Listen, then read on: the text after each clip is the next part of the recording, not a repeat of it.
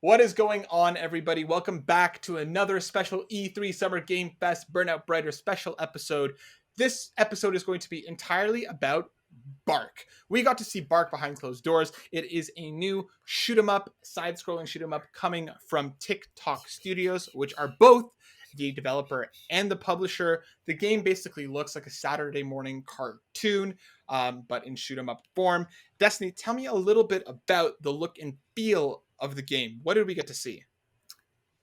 We got to see a lot, Matt. In the 30 minutes that we got to sit there and talk with the developers, who also happen to be the publishers of the game, which is really cool. It showcases 4 different animals: a kitty cat, a rabbit, a little pug dog, and a bear. It's basically, the story starts off with like your humans save you, and then in the game you're trying to get back and save your humans. I love it because it's couch co-op. I miss doing couch co-op. Mm-hmm. And I like the idea that I feel like they do this in all games, but the idea that like it progressively gets harder. So if you're not really good at those kind of games, they have certain characters that you can play that are better for a novice versus Mm-hmm. somebody who's like very skilled at playing like shmups. Yeah. And can I just say I like the word shmups? I didn't know we were doing that. I thought we were still calling them shoot 'em ups. Mm-hmm. So at first, when they were like shmups, I was like, is that the name of the little character they're playing? Yeah. The game looks super, super adorable. It's like Destiny said, it's these little animals in mech suits trying to save their astronaut partners. They like she said, there are 4 different characters. Each character has kind of a different role, very similar to like your classic RPG structure. One of them, the bear, is more like a tank. The rabbit, whose name was, I'm forgetting the rabbit's name. I had it written down and I can't find it. Mordecai. Marv. Just kidding. It's not Marv. Mordecai.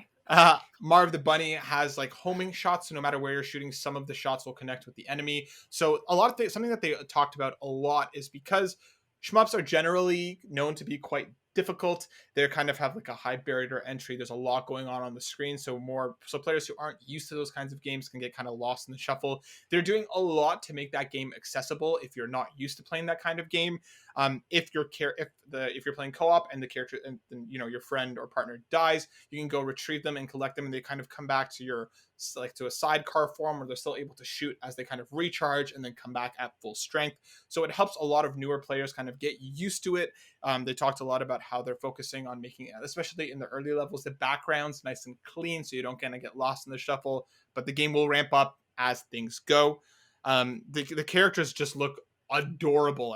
They have like a very hand-drawn frame-by-frame animation style, so it looks really, really clean. Well, that's because it is. Mm-hmm. Like they did like do traditional animation for it, which I thought was really cool. So yeah, and like they talked about how they really want the like a vibe of a Saturday morning cartoon, right? When you're running down to kind of watch, the game has a lot of those vibes. They talked about like inspirations that they had being stuff like TMNT and Voltron, and Steven Universe as well. D, what about this game? Because you're not someone who likes to play shmups. What about this game kind of stood out to you enough that you're curious to give it a whirl? I think the fact that they made it so accessible for somebody like me who doesn't really play them. I like the idea of like if you die, your partner can go pick you up and kind of carry you and until like you're charged up to play again. I also like really dig art styles for video games. Like that always pulls me in. And I definitely got the Steven Universe vibes with the color palette, kind of like the character design. I love the fact that you did mention about the backgrounds looking clean, but also the color scheme. So your character stands out. All the characters are very bright. I think Marv is in like a red or pink kind of mech. And like the background's like a more muted, so you really see yourself. And I think the idea that like you get lost when you're playing those games can be very overwhelming, and they've really tried to think of all of these things when creating this game because they really want it to be family friendly for different of all ages, and I think that's great. I really like that as well because it's like I said, this genre can be one that's difficult to break into, and all the steps that they're taking really make it seem like they're trying to be inclusive of all player skill levels and everything else. They also talked about how there's no lives. There's no game over screen. If you die at a certain point, there are many checkpoints throughout the level, so you just go back to the checkpoint.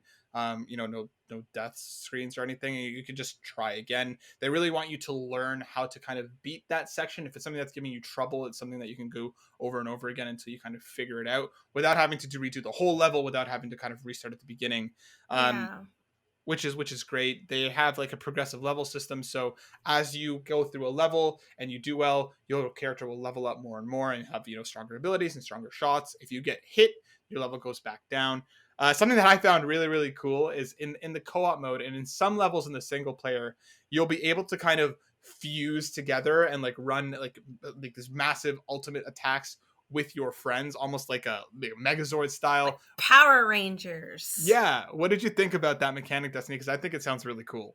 I mean, like, it makes sense, right? They're all fighting in mechs. Yeah, So, like, I like the idea that they like implemented that. You're not just a single ship. Like, and again, it's that whole like playing with your family, that being a family oriented game. You're working together to beat these levels, and you actually have the ability to combine all of your like powers to like basically clear out a whole level. I think that's dope.